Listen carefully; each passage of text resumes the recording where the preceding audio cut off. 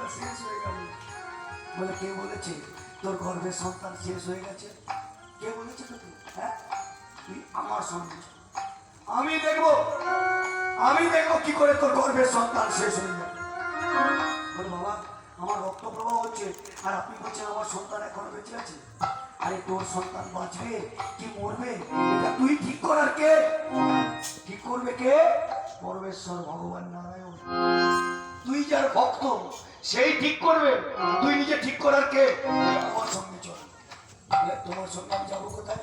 আমার আশ্রমে যাবি, আর আমার আশ্রমে গিয়ে তুই সুস্থ সবল বাচ্চার জন্য